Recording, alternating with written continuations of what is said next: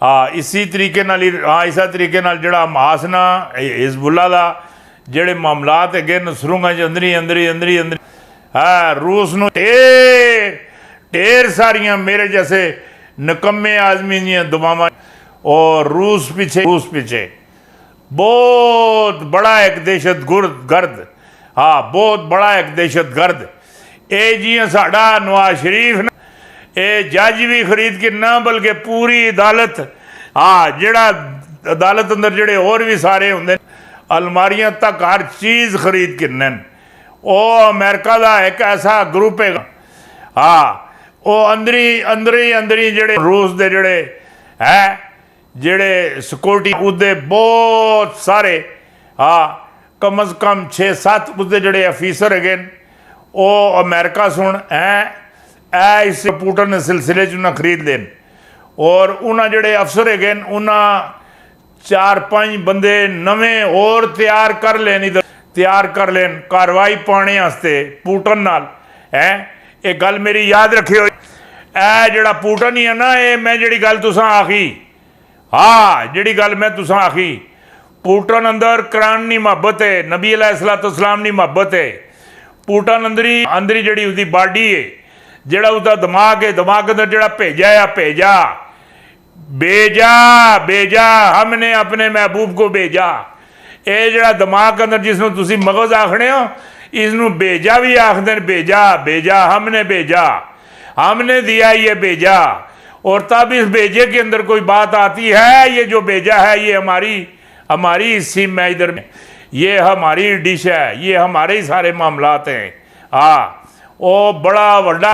ओए तुसां एक गल दा पता ही नहीं जिन्हें सुन लेडी डियाना मुसलमान होने वाली सी लेडी डियाना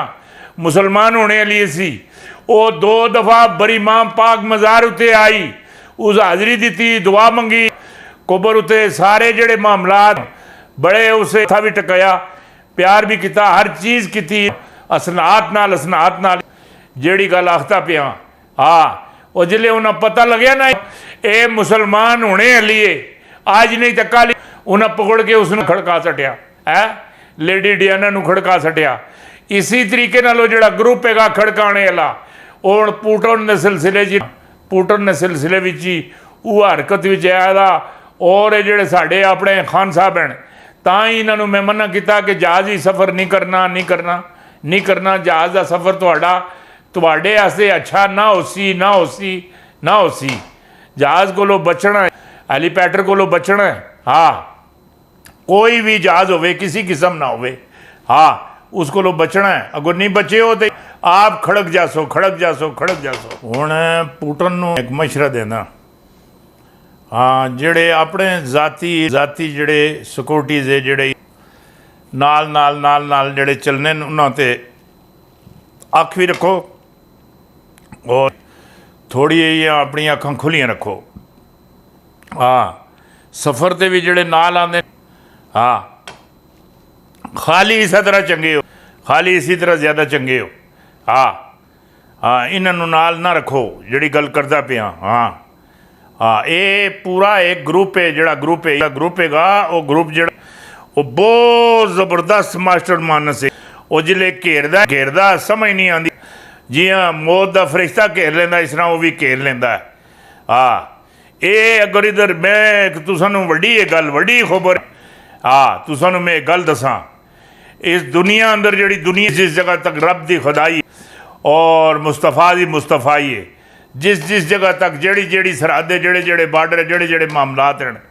इतने सब तो वड्डा दहशत गर्द है वो है अमेरिका को वड्डा दहशत गर्द कोई नहीं जिस जगह दिल आंदा दहशत गर्दी करदा भी है करवांदा भी है और फड़िया भी नहीं जाता इंज करके उंगलियां ते सारियां नूं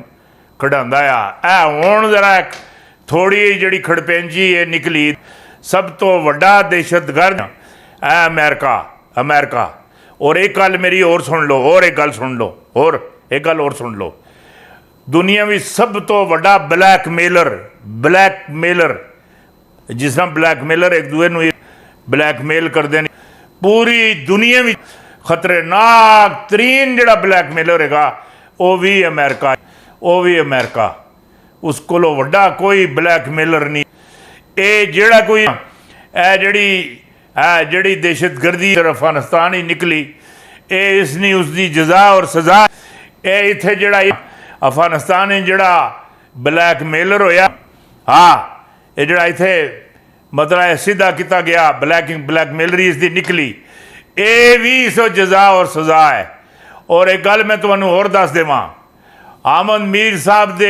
ਸਾਹਿਬ ਕੋਲੋਂ ਪੁੱਛ ਕੇ ਨੋ